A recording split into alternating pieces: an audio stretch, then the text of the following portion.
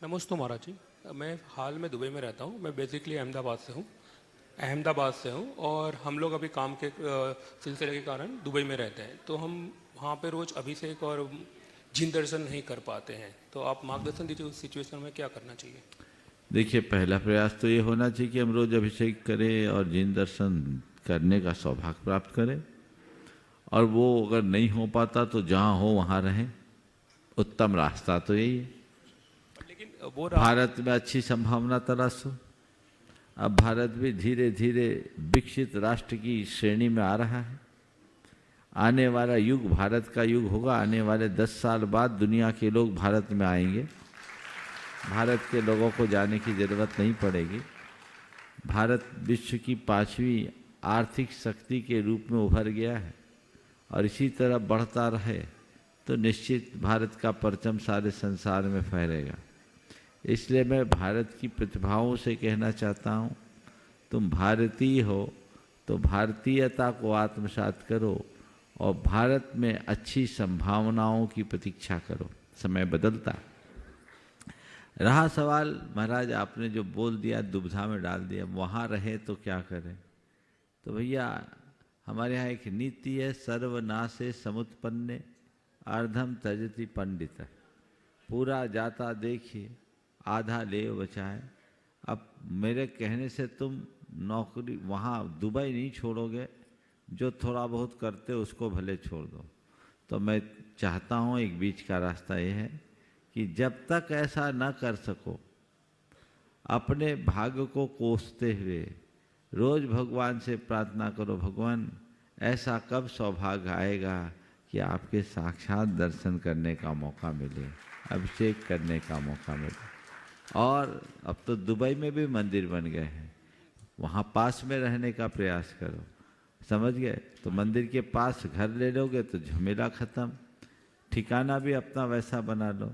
और जब तक ऐसा नहीं होता तब तक वर्चुअल दर्शन करो, वर्चुअल अभिषेक देखो और अपना काम आगे बढ़ा लो। ये बीच का रास्ता है, राजमार्ग नहीं, इतना ध्यान रखना। हे स्वामी जी, नमोस्तु नमोस्तु नमोस्तु।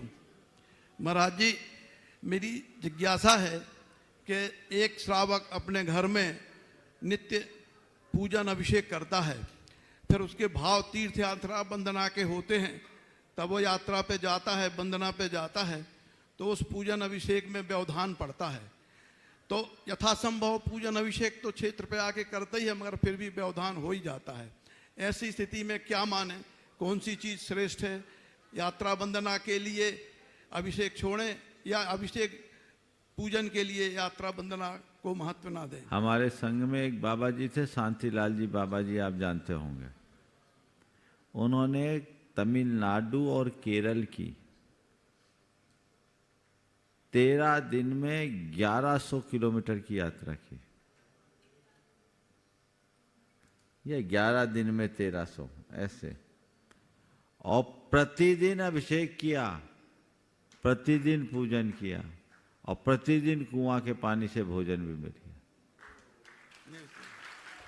मैं ये इसलिए बोल रहा हूं, व्रतियों को अपनी यात्रा की योजना ही ऐसी बनानी चाहिए जिससे आपके व्रत नियम पल जाए। आप ऐसी व्यवस्था बनाइए, रात भर चलिए, सवेरे पहले जहाँ भगवान के दर्शन सुलभ हो, अभिषेक पूजन का अवसर मिल सके वहाँ रुकिए, वहाँ करके 2-3-4 घंटे का विराम लीजिए, फिर भोजन करके निकल पड़िए। ऐसा नहीं कर सकते क्या?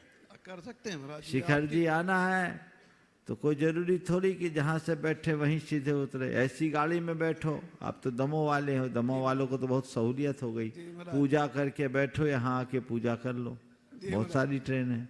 आप अपनी योजना ऐसी बनाइए, बीच में रुक जाइए।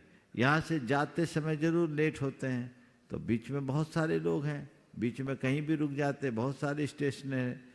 तो जहाँ हमें दर्शन पूजन सुलभ हो, मेरे व्रत पले, हमें वैसी योजना बनाकर चलना चाहिए। ये कहकर अरे अब ये सब चलता है, मैं शिथिलता का समर्थन नहीं करूँगा। आपकी प्रेरणा काम करेगी महाराज जी। बहुत